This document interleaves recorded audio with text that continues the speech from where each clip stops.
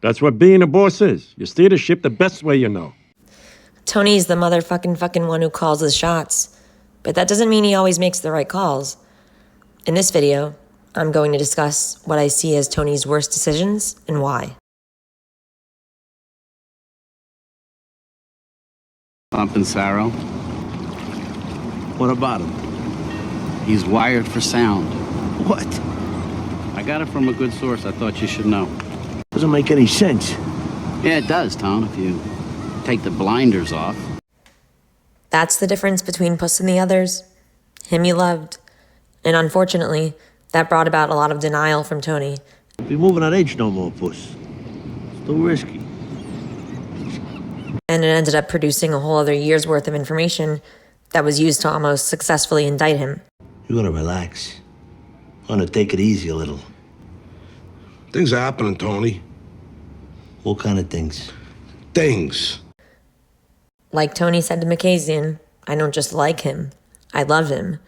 And that's probably why Tony looked the other way, despite there being a lot of signs, particularly when Tony went to Puss's house and Puss started saying all these things like, things are happening, Tone. And this is after Makazian had told Tony that Puss was wired up. I'm in robbery homicide, and I was told he was moving a lot of heavy age to pay for his kids' college.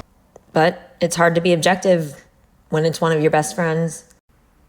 Tony got lucky, because he very well may have been indicted with all the extra stuff that Puss was getting, plus the Bevilacqua murder. If Tony hadn't found that wire when he did, they may have eventually succeeded. You owe me the fucking explanation. And you know what I'm talking about. Yeah. Well, remind me, Tony, never to get sick again, huh? Remind me, please, never to have a serious illness. When did they flip you? Tell me. Don't lie. Flip?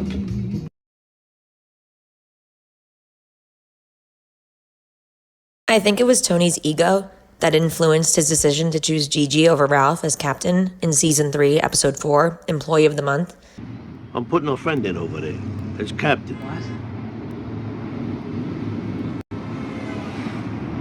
No. You never should have put Gigi in there. Strong, good earner, well respected. Not by that crew. They don't trust him. They undermine him.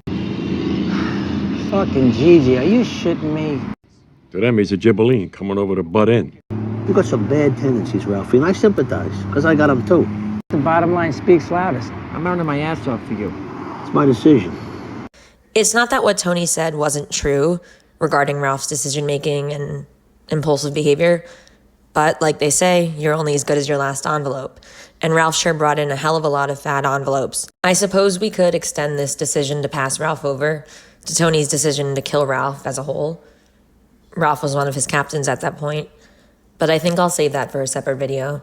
For now, I do think it's possible that some of Ralph's resentment and frustration over not being picked by Tony to be the next captain led to his even more reckless attitude that we saw in university, including his killing of Tracy. He couldn't take his anger out on the boss, so he projected toward others. Now, I'm not saying that it was Tony's fault that Ralph killed Tracy because it was Ralph who did what he did, but I don't think that it helped his overall state of mind. A double. Ooh, you tell him, sweetie. I like this girl.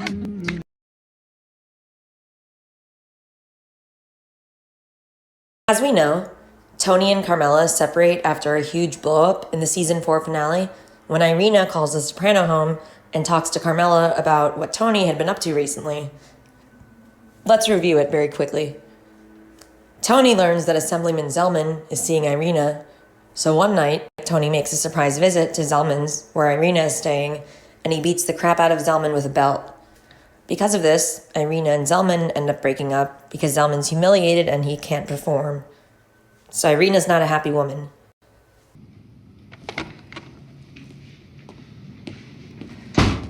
Бранка, что здесь делаешь? And then Branka walks in on Tony and Svetlana. What you doing? I didn't expect you so soon. Then gets money withheld from her paycheck. They had a bad argument over FICA and federal withholding. So then Branka tells Irina that she saw Tony with Svetlana, and Irina goes and delivers the news to Carmela. And then boom. Well, I thought you might want to know we have some sadness in common. He's been sleeping with my cousin Svetlana. That's right. While she was taking care of his uncle. Sonia? Yeah? Tony, this is crazy. Go! Tony! Go! Tony! Go! Well, the girls in New Jersey, you had to fuck this one. That's the trouble with you Americans. You expect nothing bad ever to happen.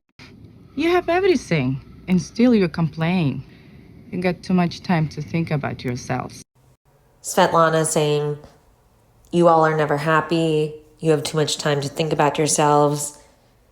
Like in that instance where Tony decided to hook up with Svetlana. Too much thinking about himself and his desires and needs in that moment. Not enough about the big picture and the reality. I gotta go home tomorrow, and I gotta tell my kids we're separating.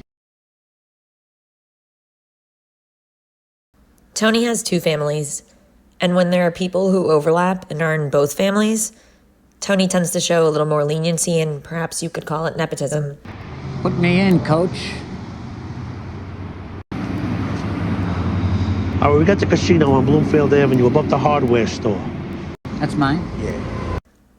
In the case of Tony Blundetto, Tony B, after Tony B kills Joey Peeps, not at the direction of Tony, not only does Tony not punish him, he actually rewards him by giving him control of the casino, which is a big raise. A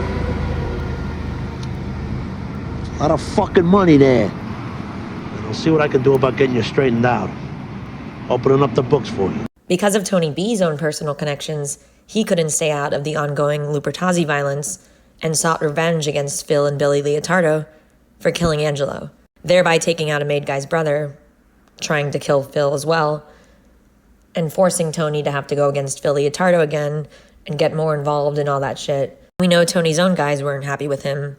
Jesus, that shit is liquid gold. Tony knows what has to be done. Tell John where to find Tony Blundetto. Anthony Soprano was very adroit at keeping his family out of the fucked up frying pan. Both cousins. The rest of us... Now, did the way that Tony dealt with Tony B influence Carlo's decision to testify? We are a family. And even in this fucked up day and age, that means something. So we're gonna deal with this as a family, together, no matter how it affects anybody, personal safety-wise, financially-wise, whatever.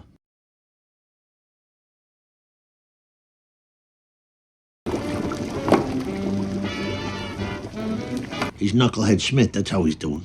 He doesn't remember whether he ate or not. The man is not competent, Tony. Not again, Janice. He has the money for assisted living. Remember what they did to Ma? She was thriving there, Tony. It's not that they didn't know that Junior had serious problems and that he was becoming less and less able to responsibly and reliably take care of himself. And he was also becoming a lot more agitated and confused as time went on. In season 4, he suffered the fall outside the courthouse, went wandering over to the neighbor's house, left the house to go looking for Johnny Boy Soprano, and Tony saw for himself in plenty of conversations that Junior wasn't totally with it. And now Janice and Bobby have a new baby. Tony's still a mob boss, not exactly a convenient job for someone who's going to be asked to babysit or be a caretaker, full or part-time. And as we see, Junior ends up being institutionalized anyway, only this time without really any goodwill that he'd previously had from his remaining family.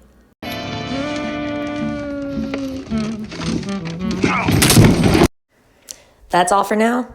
Thanks for watching. I'd love to hear from you. I hope you enjoyed this video, and if you did, remember to like, comment, and subscribe to Sopranos Blueprints.